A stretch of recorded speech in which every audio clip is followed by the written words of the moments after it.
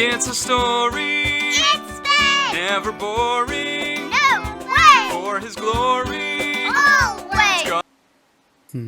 I wonder if Dave owes me a favour.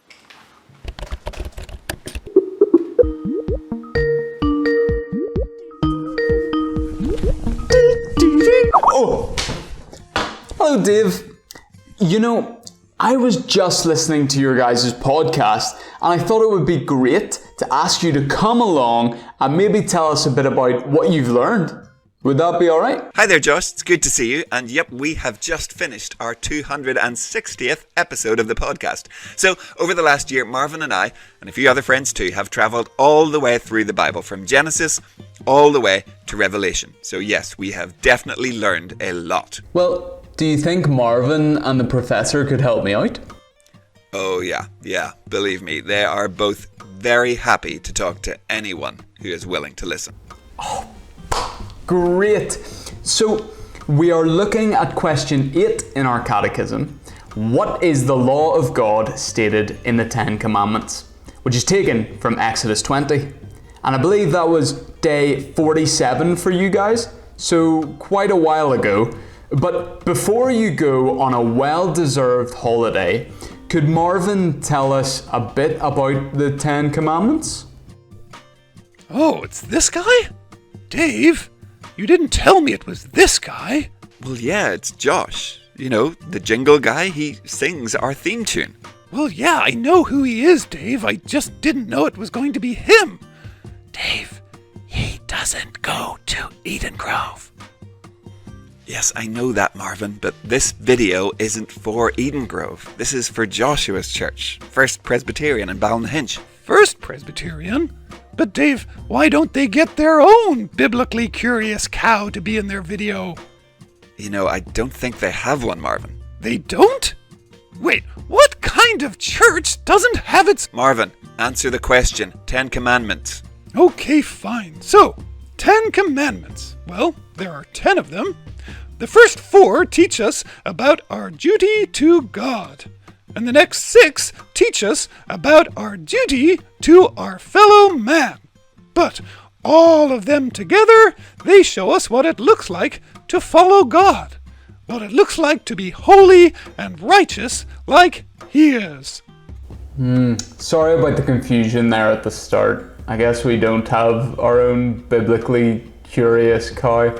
But let me tell you, that was utterly fascinating. Anyway, Professor, can you tell us why these commands were given?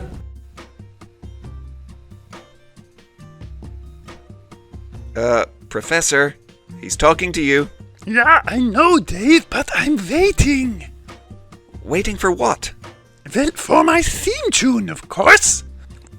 Professor, this is not like the podcast. There's not going to be a theme tune every time you start talking. What? Why not? Josh got one. I saw it, with the kicking of the rugby ball, and the riding of the bicycle, and the battering the bag of coffee for no apparent reason. Who's putting this show together? Well, I think it's our friend Tristan. Well, Tristan can expect a strongly worded letter in the morning, that's for sure. Okay, fine, but can you get to the question? Okay, yeah. So, like Marvin said, the law shows us how to be righteous. But Paul tells us in Galatians chapter 3, no one can please God by obeying the law. Yeah, it's because none of us are very good at it, huh? We all sin all the time. See, so if none of us can follow the law, and that means none of us can please God, well, we're stuck. Except, no, we're not. You see, later in Galatians chapter 3, Paul says this: the law was our teacher.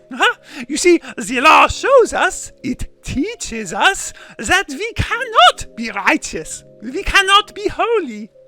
We cannot be right with God on our own. It teaches us that we need God to save us.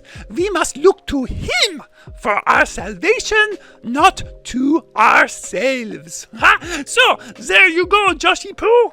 The law was given to teach us and to point us to Jesus. He was the only one who would keep the law perfectly and the one who would make us right with God when we could never ever do that on our own by following the law. Wow. A lot to think about there, Professor. Well, thank you all so much. We really appreciate it. And I hope lots of people tune in to the final week of God's Big Story. Until we meet again, grace and peace. Bye.